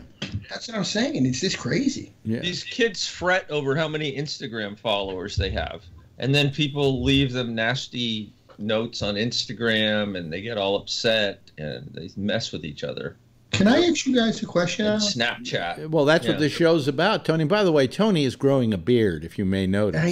Does anybody notice that I'm growing one too? If she saw me like that, she'd kill me, Alex. Wait a minute. We've never seen this mother, and Tony, we don't. She's in the other room. I'm upstairs. We think it's. She can barely walk. I'm watching it right now. We think of you kind of like you might be like Norman Bates, and she's stuffed. That's what I was thinking. She's stuffed, and she's in a rocking chair down in the basement. Oh no! Wait a minute. You can't. I bought her the Alexa thing so she can call my Aunt Barbara, so they talk hands free because she can't really dial. So I was in there. They were cutting the family up before. It was great, Alex. Cutting the family up. We were there talking about people. See, that's what Tony lives in a hotel. Cutting the family. No, you know what I was going to ask you? Do you think kids today, Alex, are not? I don't want to sound rude, are not really adjusted mentally? Because there's so much technology that they don't know how to associate. You know, I think social media has made them antisocial. I mean, does that make sense to anybody when I say that? Because you don't have to deal with people one-on-one. You just write to this anonymous person, you know. Yes. I have two one's 20 and one's 15. I've been dealing with this for 20 years. Social media, yeah, big problem. They don't have to deal with each other one-on-one. They don't spend as much time with each other. Even if they do, they spend it playing games and not really communicating much. And the other thing, and just go with me on this for a second, all of these school shooters, if you're psychotic or whatever they are, and you play these first-person shooter games for hours and hours a day, and you are also nuts, I think that contributes to these kids going in and shooting people up, because they get good at shooting on the console, and then they go in. Well, I gotta disagree with you to this extent. I play video games. I play, and the only one I like are first-person shooter games. That and ones where you have to figure out the situation and find the thing that's in the thing and so on. But you're not insane. You know, it's like if you're no, insane, I'm not insane, and on top of that, I'm probably one of the most nonviolent human beings I know, and yet I love these first-person shooters. Yeah, I agree. I'm just saying that if you are insane and you're a psychopath, and you can't tell, and there's no difference between you shooting somebody on a screen and shooting a real person because you just don't have a conscience or you're nuts, then I think it contributes. But maybe, I might be wrong, but I know they all play these games. By the way, Ray, you got a point there. It's part of the parenting thing too. You probably go to your kid and tell them, you constantly pound into them, this ain't real, this ain't real. Just like when our parents would tell us, the Three Stooges ain't real. But I think the very reason that I enjoy it, the very reason why I enjoy it is because it isn't real. Because I can do this, and it has nothing. I know it has nothing to do with reality. Now I can't imagine a kid not feeling the same way, that he's not. Yeah, I can't get that either. But there's a small percentage of kids who are crazy. Yes. And they should be not playing these games. It's like, and there's no one there to tell them it ain't real. If you're not an alcoholic, it's okay to have a drink. Yeah. If you're an alcoholic, you can't have a drink. Yeah.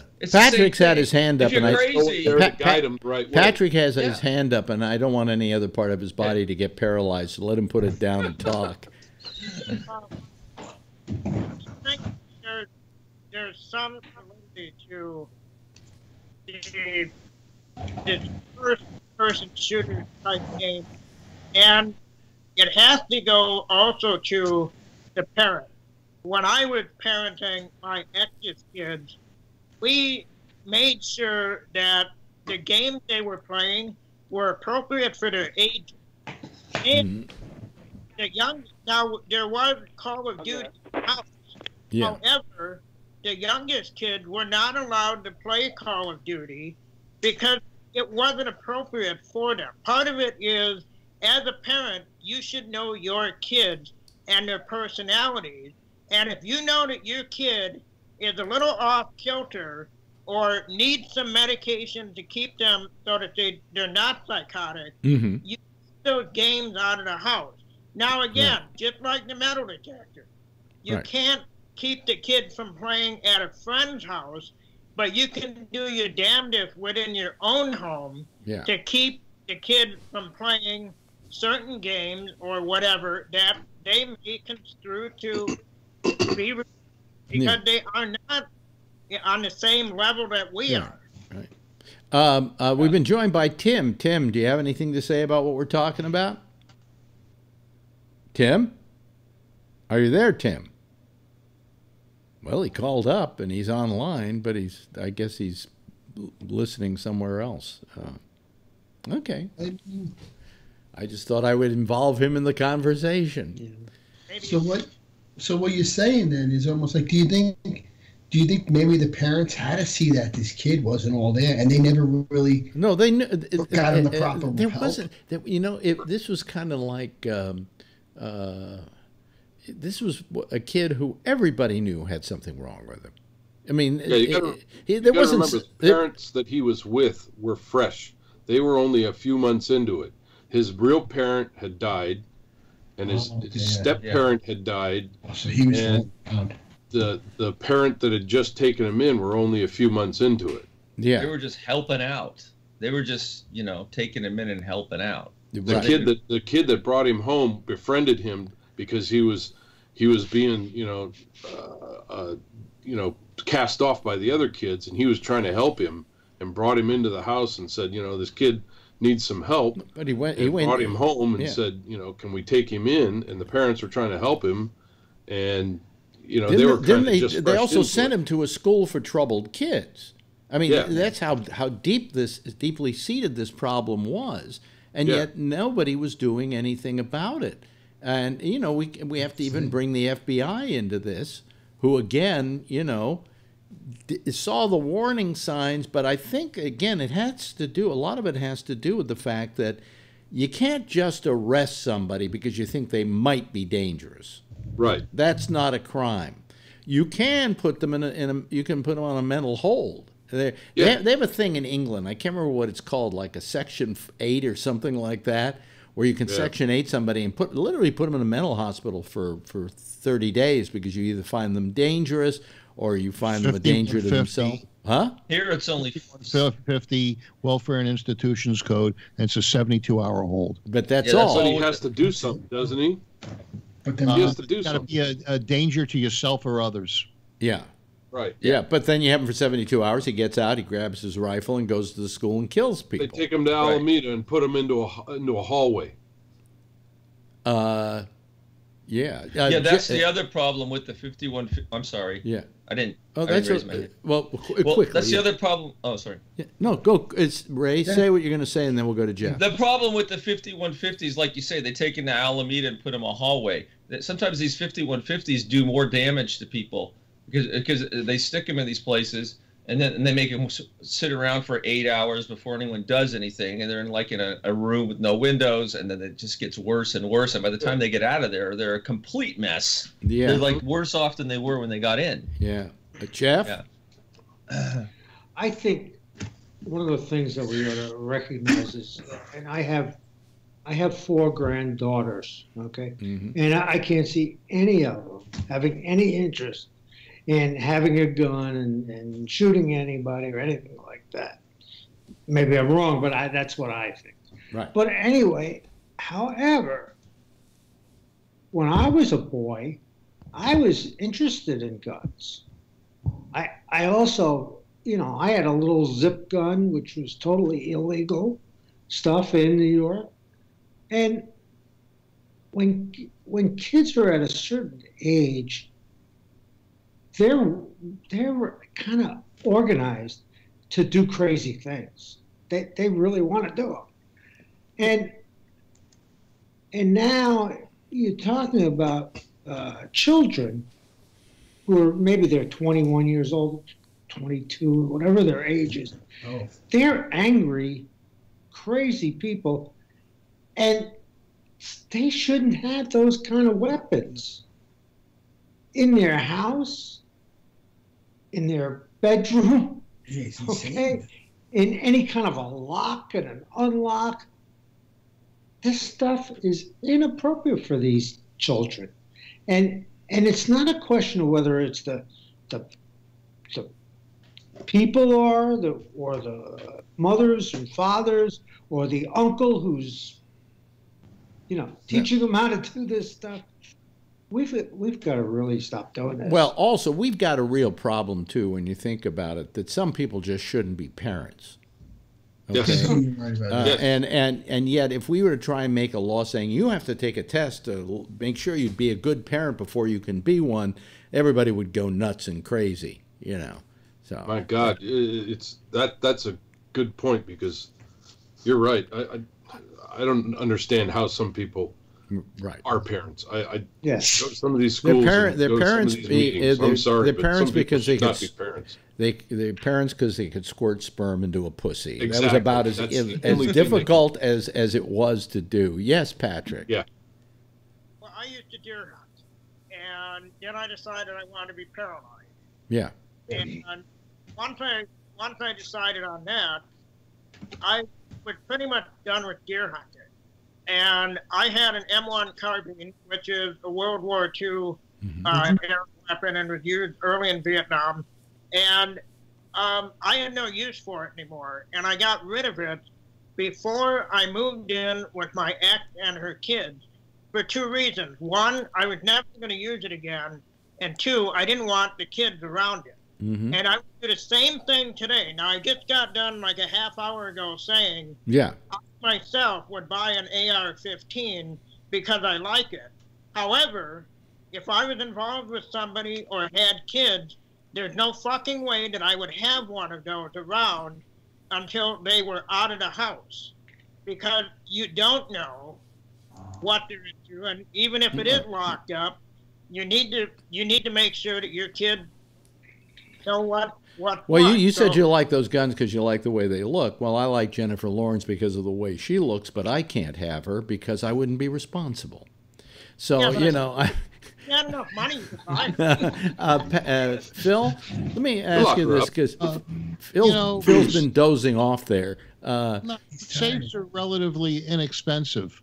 This one was $800, but you can buy a really good gun safe for about $300. Right, you should have said, yeah. And nobody knows the combination but you. They're not going to get into it. You know, I just realized Phil looks like who? Beretta? No, Beretta. I was thinking of the Kojak. No. Anybody see it? Let me see his face. Is it an actor? Jackie Gleason. No. Louis Jimmy Cagney. Louis Black. Louis Black, yes. You do look like Louis Black. He does look like Louis Black, doesn't he? But you don't talk like him. You gotta do with the fingers. The goddamn guns. I'm Kojak. You're Kojak, yeah. Hey, Patrick, I used to have one of those M1s. Yeah. And I was a 30-06, and I had several shotguns. But I gave them to my dad for the same reason. I wasn't hunting anymore, so my dad just keeps them in his gun locker up in the mountains where he lives. Well, when I was in the Navy, I didn't want him in the house. When we were in the Navy, you had to take a gun course, do a thing with guns during boot camp, which mine was only a couple of weeks because I was in the reserves. But we went out to a shooting range and shot at targets, and I was considered very good. I don't know what they call it, a master shot or something like that. But I was rated as just being very good at it. For some reason, sharpshooter. I knew how to pick up a gun, point it, and somehow, get it so the bullet would hit the target. I think they call it a sharpshooter. Something like that. Some people are just good shooters. Yeah. Yeah. Hey, Alex. Yeah. Oh, there's Tim. We wondered what happened to you, Tim. I had to walk in the other room. There we go. Wait, hold on a second. There's a picture of Louis Black. Is that Louis Black? Yeah. Okay, now that's Louis. Now, look at that. Oh my God! Yeah. You're right, Alex. Oh my God! But how come Louis Black looks like that guy from Weinstein? He doesn't look like Harvey Weinstein. No, nobody looks like Harvey Weinstein or wants to look like Harvey Weinstein. Yes, Tim. Tim, finally. We haven't heard from you in a while, Tim. Our schedules change, and we're usually on the go or whatever about this time. I did have has anybody listened to the radiologist describe the type of injuries that an AR-15 bullets do to a human body? Rips it apart. A normal gunshot wound, the X-ray will show like a slice or like a line of the bullet going through the organ. With the bullet traveling 2,180 miles an hour, there's literally no organ left. It's like somebody blew up a bomb inside the organ. Yeah. It's like a weapon of mass destruction. Yeah. If you're going to shoot somebody, not to win a war, it's meant to kill everybody in front of you. Yeah. Literally just blown to pieces. We have, hey, Phil, do you know what the United Nations Convention of Prohibitions or Restrictions on the Use of Certain Conventional Weapons, which may be deemed to be excessively injurious or to have indiscriminate effects? But is the 223 round a NATO round? I don't know. Or is it because those guns fire two different bullets? One's called a 223. Well, these were high velocity. One is a 5.5 something, and come on, we're getting the United Nations bans napalm. I don't know about daisy cutters, but I think these AR-15s should not be used by anybody other than law enforcement. Uses one of two rounds, and I don't know enough about them to know which one is a NATO-approved round. I can look it up. Yeah, it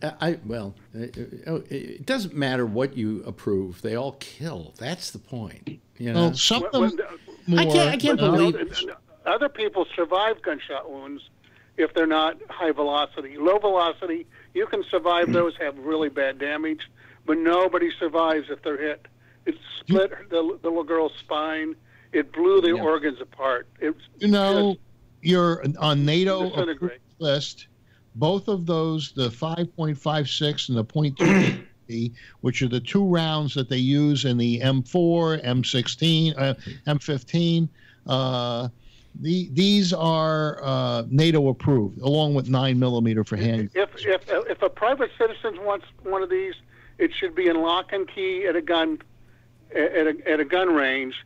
And you can either rent it at the gun range, or it's like a timeshare. Well, you can't have it at home. What you're talking about, Tim, what you're talking about is what they do in England, where if you want to, if you're a hunter and you want to have a hunting rifle, it's fine for you to have one, but you have to belong to a hunting club, and the rifle is kept at the hunting club. Well, I'm glad you don't live in England. Same thing in France. It's the guns. No, they do the same thing in France. You say? Yes, they do. My wife's French. I know they. If you want to hunt, you have to keep your arms at the hunting club, and if you shoot on a shooting range, you have to keep them there. To keep it in your house, you have to jump through all kinds of hoops and have a good reason for it. That would also reduce accidental deaths, which are extremely high, and some suicides. And suicides. Oh, yeah, we didn't even get into the accidental deaths from a gun being in a house. We didn't get into what Trump wants to do is he wants to arm 1 million of the teachers. Yeah. And anybody good? These people that come in to shoot the schools up, they're going to love a fight because they want to commit suicide by cop anyway. Now you can track down the teacher. You first do your research, see what teacher has the gun. Then you go right after the teacher. It's not going to solve anything. It's just ridiculous. Well, I mean that is, you know, unfortunately what our president is trying to do is to try to look good in this situation when for days he was looking horrible. I mean, his first speech he's trying to sell more guns. He's trying to sell more guns. Yeah, well, all I'm saying is that he's trying to look for something to make him sound like he knows what he's doing. And this is just a stupid answer to the problem, you know. Did you guys watch? Did you watch the kids when they talked to the president? Yep. In a little list he had in his hand. They staged and vetted those people just like they do their rallies. They didn't invite the protesters there. The people that are speaking out, they brought people in. Several of them gave great praise to the great job Trump's doing. You think that he gives a damn what the NRA says or the FBI? Oh, he sure does. He sure does. The NRA, well, he doesn't $30 million. Especially if it's something like how many millions of dollars did they give his election campaign? 35 million. 35 million. Well, and they're looking into Russia having somehow been funding the NRA as well. Russia. Well, the FBI got him elected as well, but the thing is, what is that supposed to be? Look, he came up with 3 or 4 very good points that no one else has done, and why not give him credit? No, but they weren't good points. They weren't good points. These were points that have been these points have all been made before, Phil. Yes, but he's actually and before so did Obama. So I think George Bush called for background checks. Well, I think Well, You know, he's the last one in a long line to ask for background checks. Well, I think that this one he'll get it done. Yeah, where sure. no one else was Yeah, seriously like asking he's getting for it. everything else done. Yes, Patrick. I just can't help but laugh at what Kim said, where they invented those people. That's the same argument that some on the right are making about the students, that they're not really students. No. It's true. I'm not saying that they paid the people and conscripted them or paid them to lie. I'm just saying they only invited people like they vetted him, which he never vetted any of his employees. Why does he have to vet these people for these reality show sessions? Well, no. I questioned last night whether some of these people had not been vetted because they had been meeting with them beforehand, because you would think that in a very tense atmosphere of this discussion, of this kind of discussion, that somebody would have just called out Trump, and nobody did. You're an asshole. And nobody did. Did you see how they talked to? Well, did you see how they talked to Rubio? That's what would have happened. That was good. Exactly. Good example. Very good example. And that was unvetted. That was unvetted. A few of them did call him out. Yeah. What? No. A few of them did, call him out. They all weren't. But those were the ones in the audience. I'm not saying that they were scripted. I'm just saying that they got some people that they thought they weren't picking any of the people that were outspoken protesters. But how about all these? How about these right wingers who tried to dismiss that kid as an actor from the school? That's been debunked as fake news. Of course, it's been debunked as fake news. But maybe the Russians started that one. We don't know. Actually, they're looking into that. But the Russians, they push it. They don't start it always. Yeah. But they push it. Patrick has his hand up. Yes, Patrick. Yeah, I mentioned last night about the CNN thing. That was really no different than what Trump had at the White House, in that they had a select number of people on the stage that were the one confronting Rubio and the two other people, and then the sheriff and the NRA rep. And, both of those things were staged, and they weren't as organic as, like I said last night, the protest. I think the only real thing in the last few days was the protest. I think the CNN town hall thing was bullshit. Because it was CNN trying to pat themselves on the back. Yeah, I think CNN, they loved themselves, and Trump loved himself. I think both of those things were bullshit. But the protest in Tallahassee, that was a real thing, and that was... It was organic. It was organic. It was real. Yeah. What do you think about the boycott? What boycott? I like it. Well, they've already got the bank. The bank is going to no longer offer the NRA card, a Visa card. The bank in Omaha, I believe. I forget the name of the bank. Yes, that's right. And also, the rental car companies are not going to give discounts to NRA members anymore. Patrick, excuse me, Patrick. Hey, can I ask you a question? Yeah. Tony won't have. I was thinking about this because my sister's a teacher, right? Yeah. Can they do this to the students? Can the students sue the school for lack of security and content? Is there a lawyer? Let me put it this way: anybody can sue anybody for anything. As to whether you're going to win it, as to whether there's going to be a real case, that's going to be another question altogether. Can they sue Congress and the schools? Say, listen, you're putting us in jeopardy. And you can't sue Congress. They're pretty, as a whole, they're harder to sue. What about the NRA? They're harder to sue than a corporation. What? What about the NRA? Can they put something against them? Maybe get them in the court. Yeah, but they've got so much money that you couldn't find enough people with money to fight that one. I mean, you're talking about some pretty powerful forces here. I think there should be some kind of suits where that school was concerned that maybe enough wasn't done to protect the school or whatever. But you can sue, and you can sue till you sue out your ass. It doesn't bring the loved one back. That's the problem. No. You know, I'm just saying maybe you know, if you hit him in the pocket, it might help wake him up. Well, but that does raise another specter, Alex. Yeah. It can be used to push your legislative and policy agenda. Yeah. Mm-hmm. Just like it took a long time with cigarettes, but we finally got there. Well, yeah, but, you know, how many people are going to have, well, in that case, how many people had to die before we stopped cigarettes? We used to say in my old hometown, when we didn't have enough stoplights, how many people have to get killed at an intersection before they put a stoplight in? Well, I don't know why cigarettes were so bad for you when 9 out of 10 doctors approved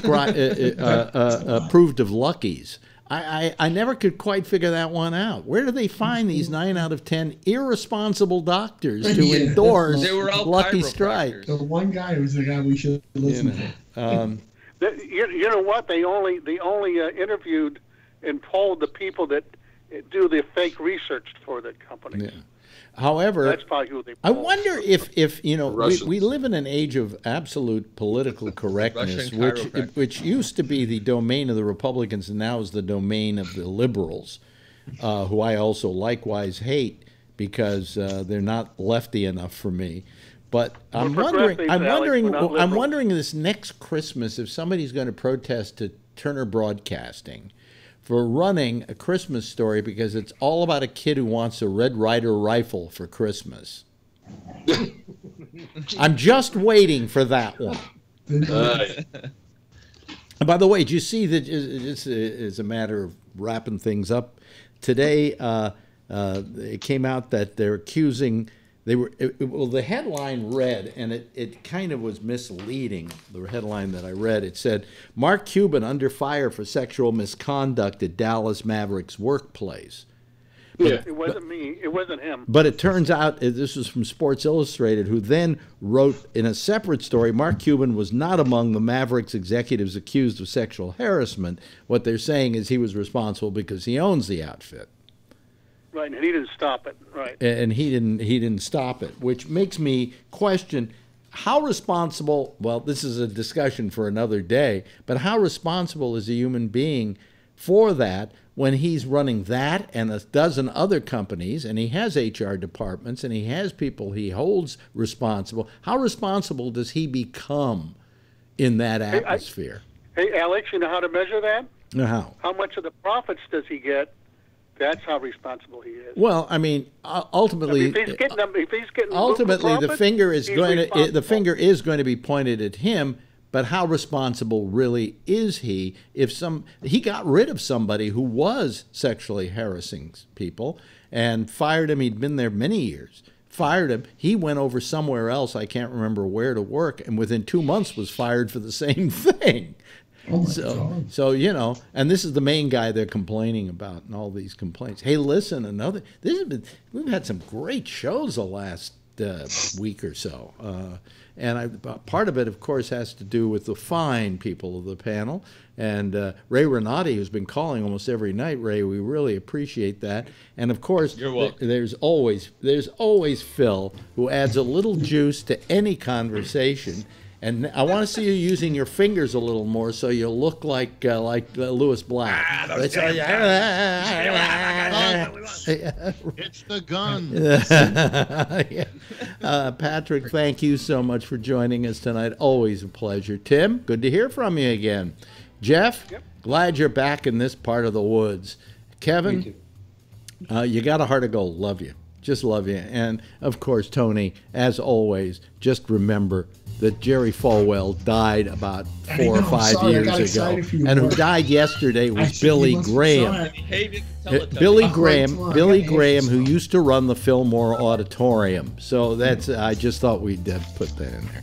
Anyway, I'm Alex Bennett. Everybody give a big wave goodbye, will you? Okay, so they can all see you going away. All right, that's our citizen panel. And, man, were they a good citizen panel tonight.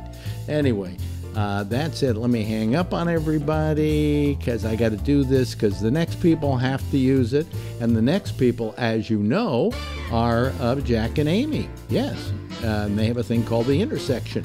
And then later on, at 1 o'clock in the morning, Connections will be here. They're here until for about an hour and a half, and Then we're back here tomorrow night at, let's see, we start at 9:30 with The Exchange with Damian Chaplin, followed by me. Same time, same station in life. And in the meantime, as always, if you see her, tell her I love her, okay? Good night, everybody.